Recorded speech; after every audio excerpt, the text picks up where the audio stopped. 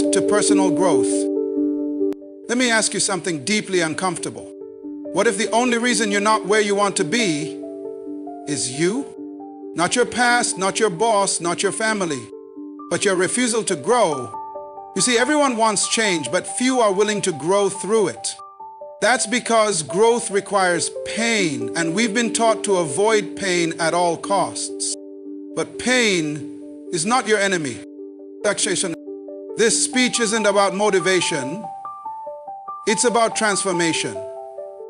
By the end, you'll no longer wonder how to grow. You'll understand why you must and what's been silently stopping you all this time. Growth is not a product of time. It's not something that just happens to you because you've gotten older, had a few setbacks, or read a couple of books. No, growth is deliberate. It's a decision. It's a lifestyle. It's a daily choice. And the truth is, most people are not growing, they're just aging. They're repeating the same year of life over and over again and calling it experience. Real growth doesn't sneak up on you. It demands your participation. It calls for your awareness, your discipline, your willingness to look in the mirror and say, this version of me is not enough for where I'm going. That's hard, that's uncomfortable. But that's where transformation begins. You don't drift into greatness, you plan it. You sacrifice for it. You show up for it even on the days you don't feel like it. Ask yourself, when was the last time you did something uncomfortable on purpose just to grow? When was the last time you challenged your own thinking, forced yourself into a new environment, or committed to a habit that scared you? If your answer is, I don't remember, then chances are you've been coasting.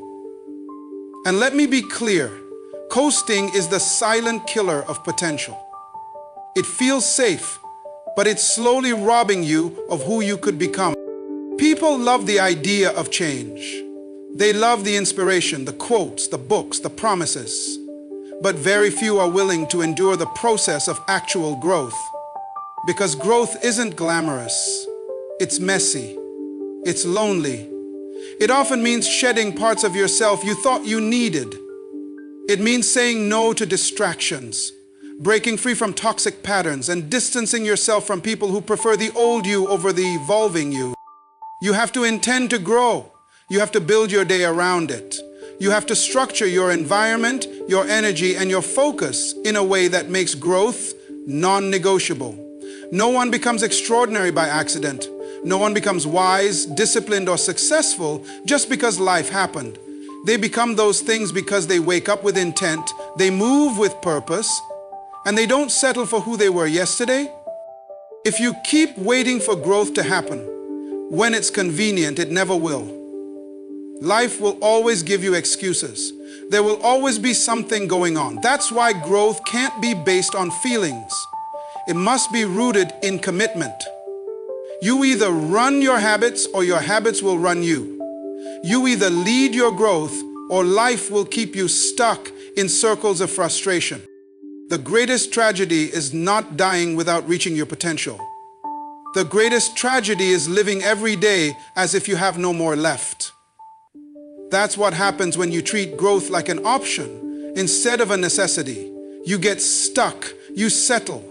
You slowly start to believe that this is all there is, when in reality, there's so much more inside of you, but it won't come out on its own. You have to go after it. You have to become relentless about evolving. Growth doesn't ask, are you ready? It simply says, it's time. Time to stop waiting. Time to stop blaming. Time to stop repeating. Because the life you want, the person you're meant to become, isn't found in comfort, convenience, or chance. It's found in the fire of intentional growth, where you wake up every day and decide, I will not waste this day. I will not waste this life. I'm here to become, but not just exist. We live in a world that worships comfort. Everything around us is designed to make life easier, faster, more convenient. But here's the uncomfortable truth. Comfort is a trap. It's a beautifully disguised prison that convinces you you're safe while silently stealing your potential. The enemy of growth isn't failure, it's comfort. Because failure teaches, failure pushes. But comfort? Comfort makes you stop trying. It whispers, "You're fine where you are." And that one sentence is the reason so many people will never become who they were created to be. Comfort zones are not safe zones. They are danger zones in disguise. When you stay in your comfort zone, nothing new happens. You keep thinking the same thoughts, making the same choices, surrounding yourself with the same people, and repeating the same patterns. And then you wonder why nothing changes. But change cannot happen in the same environment where stagnation thrives. Growth demands discomfort, because discomfort is the signal that you're stretching, that you're doing something unfamiliar, that you're expanding beyond who you were yesterday. Most people are not held back by lack of talent or opportunity. They're held back by the fear of discomfort. They're afraid to be seen trying and failing. They're afraid to take a risk and lose something. But let me tell you something. Comfort will cost you far more in the long run.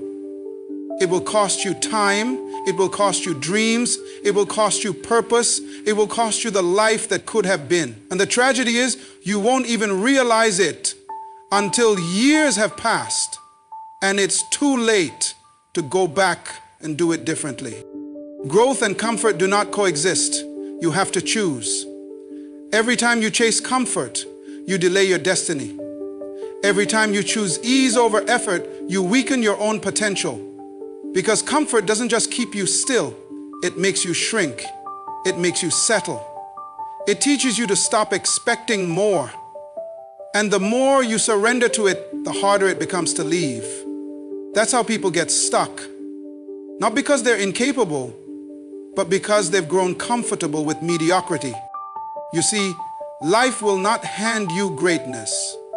It will offer you challenges, resistance, pressure. And it's in those moments of discomfort where growth is forged. Muscles only grow when you lift something heavy. Diamonds are only formed under pressure. The same is true for you. If everything in your life is easy, it probably means you're not growing. And if you're not growing, you're slowly dying inside. Even if everything on the outside looks fine.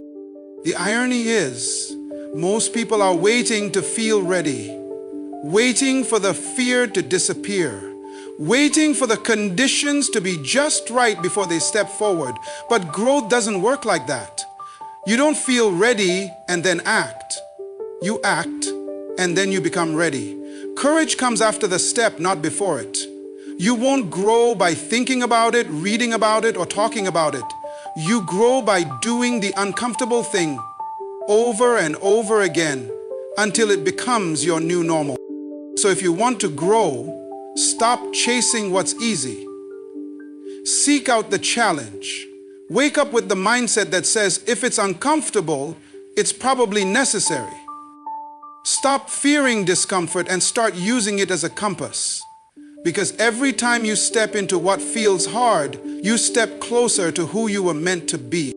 Comfort may feel good now, but growth will feel better for a lifetime. Don't let the temporary ease of today become the permanent regret of tomorrow. Growth lives where comfort ends.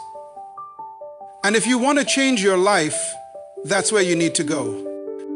People talk about destiny like it's some mysterious, far-off event that just shows up one day and changes everything. But that's not how life works. Your future isn't something that suddenly appears. It's something you build. And the bricks you're using to build it, they're your daily habits. Your routine is not just a set of tasks. It's the blueprint for the life you're going to live. If you want to see your future, don't look at your dreams. Look at your day. What you do daily is shaping who you become permanently. The reality is, you don't rise to the level of your goals. you fall to the level of your habits. Everybody wants success, discipline, growth, peace, but wanting it is not enough. Your life is being created by your consistency, not your intentions. Show me how you spend the first 2 hours of your day, and I'll show you exactly where your life is headed.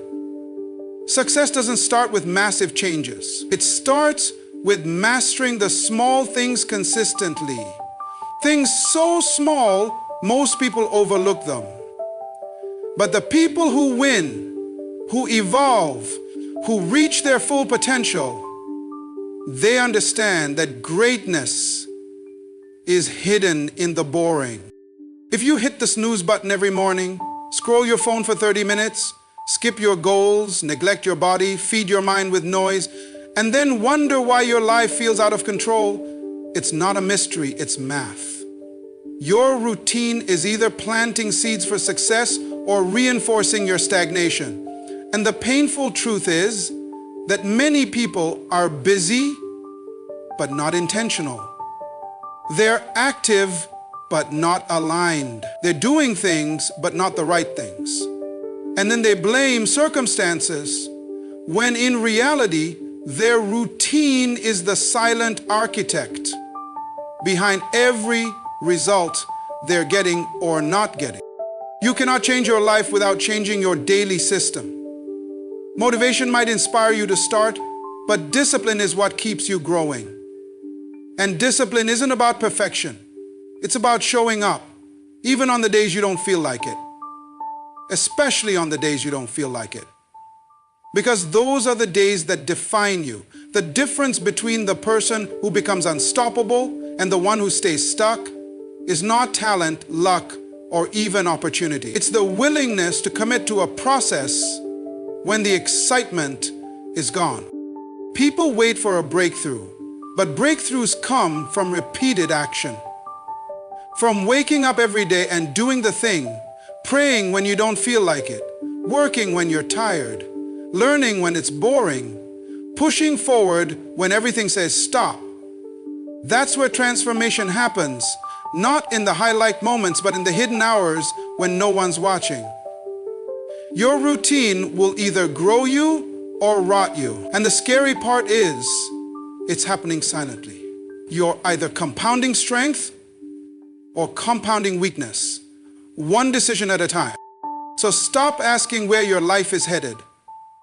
Start asking, what am I doing today that's either preparing me or preventing me from becoming the person I say I want to be?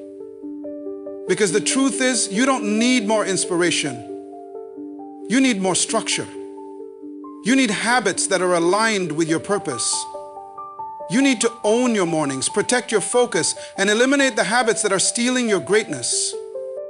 Your future is not out there. It's right here, buried inside your daily decisions. Small things become big things. Repeated things become permanent things.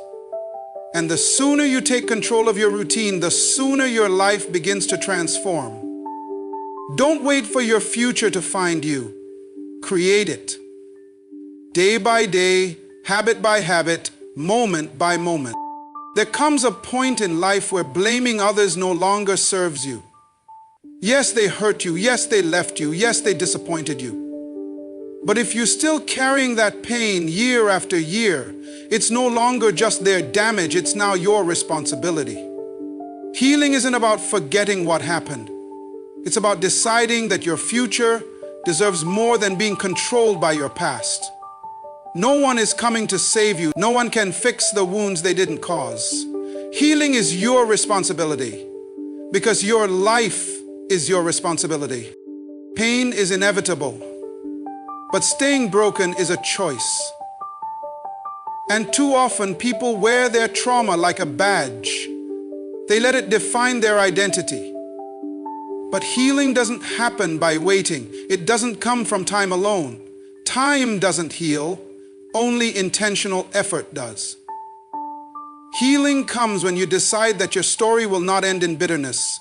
When you refuse to keep bleeding on people who didn't cut you. When you stop letting what happened to you be the reason you can't love, trust, or grow. It's not easy, but it's necessary. You cannot become your highest self while clinging to brokenness. Healing asks for honesty. It asks you to confront what you've avoided, to feel what you've suppressed, to forgive what you swore you never would. That doesn't mean what happened was okay. It means you are not willing to let it own you anymore. Forgiveness is not about them. It's about freeing you. Healing is not a straight line. Some days you'll feel, other days the weight will return. But even on the worst days, the fact that you're still trying, that is progress. Responsibility doesn't mean blame, it means ownership. You didn't choose the trauma, but you must choose the recovery. Because until you do, you'll carry it into every relationship, every opportunity, every moment. You'll sabotage good things because you're still reacting to old wounds. You'll keep repeating cycles, not because you're cursed, but because you're unresolved. Healing is hard, but staying wounded costs more. It drains your energy, clouds your clarity, and keeps you small. Growth requires release, and healing is how you make room for that growth. Sometimes the hardest part of healing is letting go of the identity you formed in your pain, the tough, guarded version of you that helped you survive. But healing requires a different version, one that chooses vulnerability over defense, peace over pride, and faith over fear. Healing doesn't mean you forget what happened. It means you stop letting it define who you are. You are not what you went through. You are what you decide to become after it. The truth is, healing is messy. It's not a beautiful process, but it leads to a beautiful life. It's crying in silence. It's setting boundaries. It's saying no more often. It's cutting ties with toxicity. It's choosing solitude over chaos. It's rewriting the narrative in your mind, from victim to victor, from broken to whole, from pain to purpose.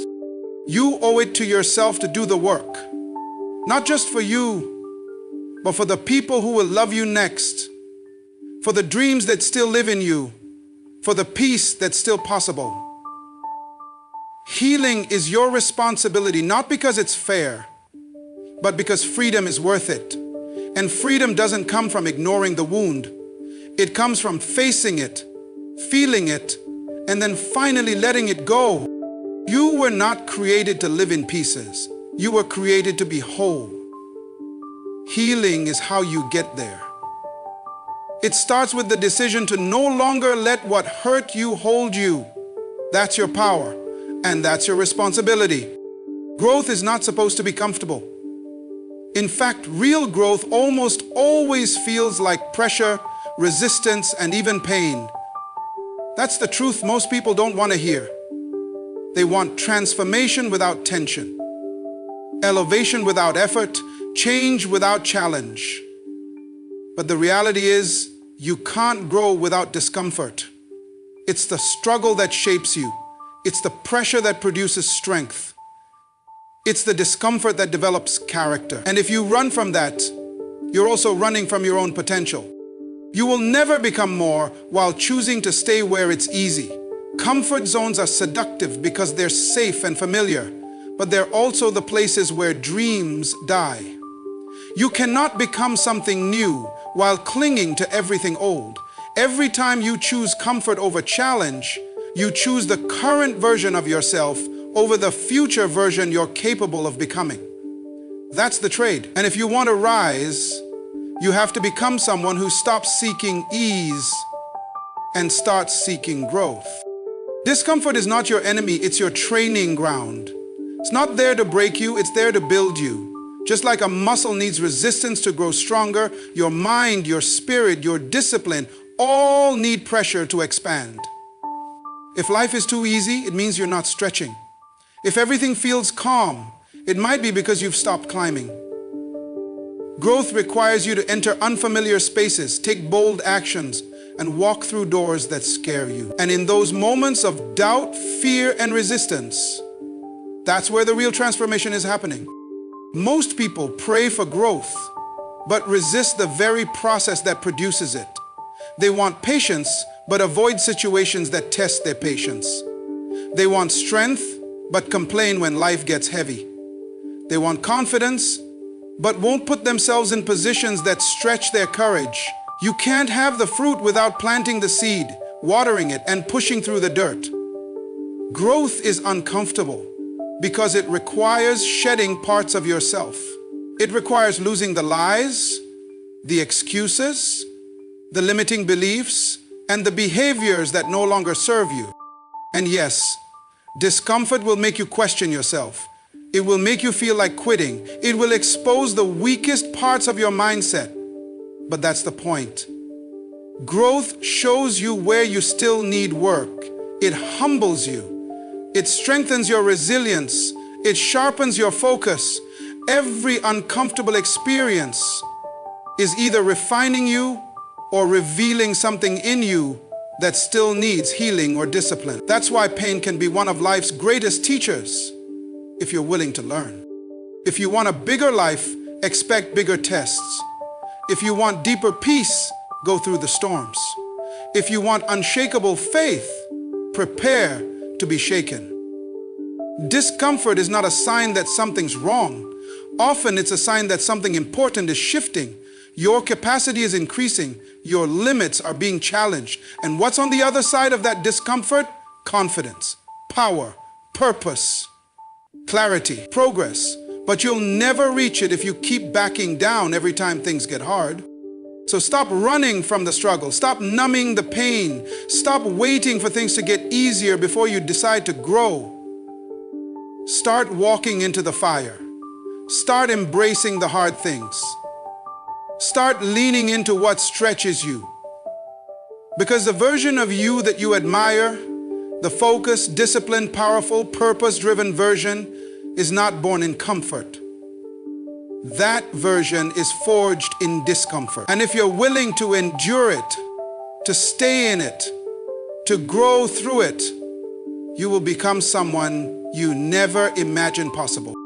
Growth is painful. Change is hard. Discomfort is real. But staying the same, that's a different kind of pain. The kind that robs you quietly. So choose your pain and choose the one that leads you to your highest self.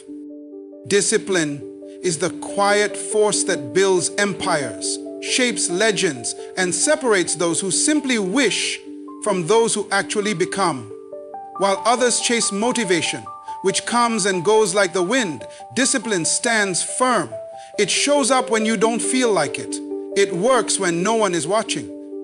It grinds in silence and delivers results when excuses could have easily taken over. The truth is, talent can get you noticed, but discipline will keep you standing when talent gets tired. In a world full of distractions, discipline will separate you. Most people don't fail because they're not capable. They fail because they're not consistent. They start strong but stop at the first sign of resistance. They move when it's easy and stall when it's hard. Discipline doesn't care how you feel. It doesn't ask if you're tired or in the mood. Discipline trains your mind to keep promises to yourself even when no one else is holding you accountable. That's the difference between someone who's stuck and someone who's rising. One waits for the right conditions. The other creates progress through consistent action. Discipline is what keeps you going long after the emotion of starting has faded. Anyone can be excited for a week. Anyone can push through for a month. But discipline is about what you do on the days you feel empty, uninspired, unseen. Do you still write the page? Still go to the gym? Still stick to your vision? Discipline isn't glamorous. It's repetitive, often boring, and uncelebrated. But it is the foundation of greatness. The person who trains daily in private will always outperform the one who only performs when it's convenient. It's not about being perfect, it's about being committed. Discipline means showing up for yourself, not once, but over and over again. It means doing the hard thing first. It means saying no when temptation knocks. It means choosing long-term rewards over short-term comfort. That's the price of elevation. You can't reach the next level while living like everyone else. You can't have exceptional outcomes with average habits. Discipline separates you because it demands more from you, and only a few are willing to meet that demand. People will call you obsessed. Let them. They won't understand why you wake up early, why you stay up late, why you choose the grind over the party. But they don't see your vision. They don't feel what you're fighting for. Discipline will isolate you, but that isolation often becomes the space where breakthroughs are born. The more disciplined you are, the less you rely on emotion, motivation, or approval. You operate from purpose, not permission. And that's powerful. The hardest part about discipline is that no one applauds it in the beginning. You'll be working in silence, planting seeds that no one notices. But when the harvest comes, when your life looks different, when your results speak loudly, they'll wonder how you did it. The answer will be simple: discipline. You did it when it was hard. You stayed when others quit. You didn't just want it, you worked for it. Your future is not determined by how much you want something. It's shaped by what you're willing to do repeatedly. Discipline is a decision, one you make every day. It's not just what separates you from the crowd. It's what connects you to your highest potential. If you truly want to rise, don't chase motivation. Build discipline. It will take you further than talent, further than passion, further than luck. Discipline is the bridge between who you are and who you're becoming. Build that bridge, cross it daily. Let it separate you and elevate you.